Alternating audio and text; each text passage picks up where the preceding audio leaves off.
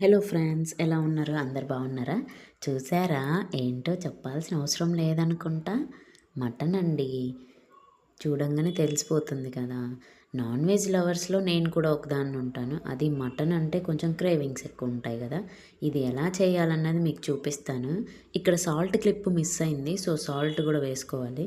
ఇలా ఉప్పు పసుపు వేసిన ముక్కల్ని మా సైడ్ ఆవగిల్లు ముక్కలు అంటారు. మరి మీరేమంటారో కామెంట్ చేయండి అండి. ఇంకా ఇది ఆగిళ్ళు మెత్తగా ఉడికిచ్చామంటే మా పెద్దమ్మ ఇలానే తింటుంది. ఇంకా మసాలా విషయానికి వస్తే మసాలాలో వెల్లుల్లి, అల్లం, కొత్తిమీర ఈ 3 కలిపి మిక్సీ పడతాను. ఎందుకంటే కొంచెం ఫ్లేవర్ వేరు కూడా బాగుంటుంది చాలా. ఇంకా కడాయిలో ఆయిల్, సన్నగా కట్ చేసుకున్న టమాటా ముక్కలు, ఇప్పుడు మిక్సీ పట్టుకున్నటువంటి అల్లం వెల్లుల్లి పేస్ట్, ఈ తగినంత కారం వేసుకొని మంచిగా కలబెట్టాలి. కలబెట్టిన తర్వాత దీన్ని మీడియం మంట మీద 10 to 15 మినిట్స్ కనుక మనం కుక్ చేసుకున్నాము అంటే మంచిగా థిక్ గ్రేవీ లాగా ఆయిల్ పైకి తేలి టమాటా అంతా మగ్గిపోయి మెత్తగా బాగుంటుంది. చూసారా ఎలా ఉందో? చూస్తుంటేనే క్రేవింగ్ ఆగుతలేదు.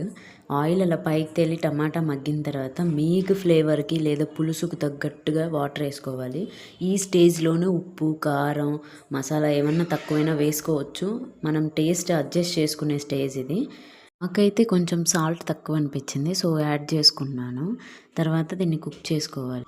ఇప్పుడు దీన్ని 10 to 15 మినిట్స్ బాగా ఉడికించాలి. అప్పుడు మటన్ కదా, కొంచెం ఉడకడానికి టైం పడుతుంది.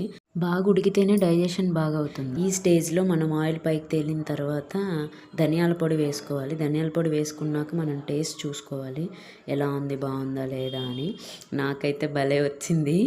ఇంకా వేడి వేడి అన్నంలో తినటమే ఆలస్యం. ఇలాంటి మరిన్ని వీడియోస్ కోసం మన ఛానల్ని like, share and subscribe. Wait for next video. Bye bye.